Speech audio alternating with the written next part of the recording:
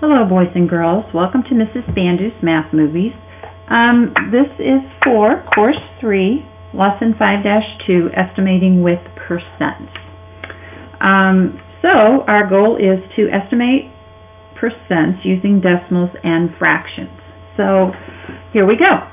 We want to estimate 74% of 158 using decimals. So the first thing we'll do is use a decimal that is close to 74%. So we'll just make this 0.75 because 75% is very close to 74%. Round 158 to a number that is compatible with 0.75. And I would say let's make that 160. Nice round numbers. So 74% of 158 is approximately 75% of 160. So to do this, we're going to multiply 0.75 times 160. Remember, of generally is going to mean times in this kind of question. So when we multiply, we get 120. Go ahead and use a calculator on that if you want to. So 160 times 0.75. Whoops, and I don't know what I punched in there. Let's try that again. 0.75 times 160 is 120. Okay.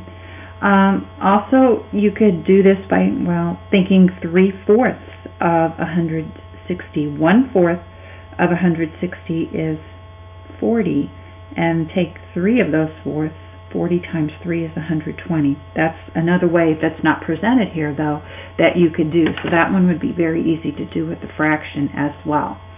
And here is number 2. Estimating percents using fractions. A video store rented 297 videos. The customers returned 19% of the videos late. Estimate using fractions how many videos were returned late. Okay, so we want to use a fraction that is close to 19%. So I think of 20%. 20% is 20 over 100 using number sense, which is 1/5. So I would use the fraction 1/5. This is the thought process you might want to go through to do that. So, and 297, we want it to be a number compatible with 5 since our denominator is 5. So let's say 300 here. You could use 295, but 300 makes it a mental math problem, or a very simple math problem anyway. So 19% of 297 is approximately 1/5 of 300. So 1/5, we're going to multiply here. And we're going to cross cancel. 5 into 5 goes 1 time. 5 into 300 goes 60 times. So 1 times 60 is 60. 1 times 1 is 1. So I get 60. So approximately 60 videos were turned in late. Okay, so it's just back to multiplying by fractions and or decimals. You should be able to do them both ways. I know you guys love decimals, but sometimes the fractions can make mental math questions, like really in number 1 would have probably almost been easier with a fraction. Anyway, there are a couple of quick checks here. Go ahead and complete those either now or after you've watched the entire video. I'm going to move on to the next question, or next example.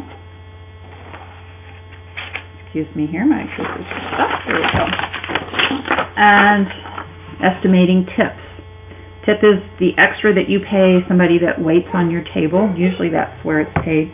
Okay, my dog is barking, so hopefully you'll be able to hear me over her. But anyway, your family goes out to dinner, and the total bill is $44.87.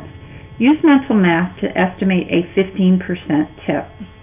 Okay, here's a think through.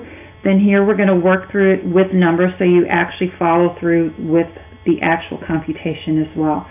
So if the bill is about $45, I'm going to think of it in 2 pieces. 15% is 10% plus 5%. So 10% is 1/10. 1/10 of 45 is $4.50.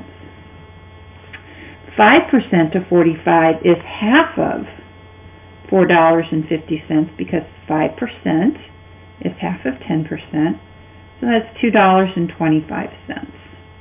So a 15% tip is about $4.50 plus $2.25, or in this case about $6.75 for the amount of the tip. Now, again, this is why it works, and this is broken down in a possible way of doing it, okay? So 15% of 45 is going to be 0.15 times 45. Remember, the decimal for the percent is 0.15. Okay, so we write 0.15 as 0.10, 10%, plus 0.05, or 5% of 45. Using the distributive property, 0.10 times 45 is 450. 0.50 times 45 is 225. When we add those together, we get $6.75. Most of us can do the 10% in our head, and then most of us can then divide that by 2, all right, in our head as well, because to get half of something we divide by 2. So, again, it can be a mental math problem. I realize that you will always have your phones with you that have calculators, but for the rare occasion when everyone's battery's dead or whatever, you do need to know how to do this. And using a little bit of mental math can come in handy and make you look really smart too. Okay. All right, so here is a third quick check question. Please have these 3 completed by the next time we come together in class. Also, bring in any questions you might have or anything that was confusing to you.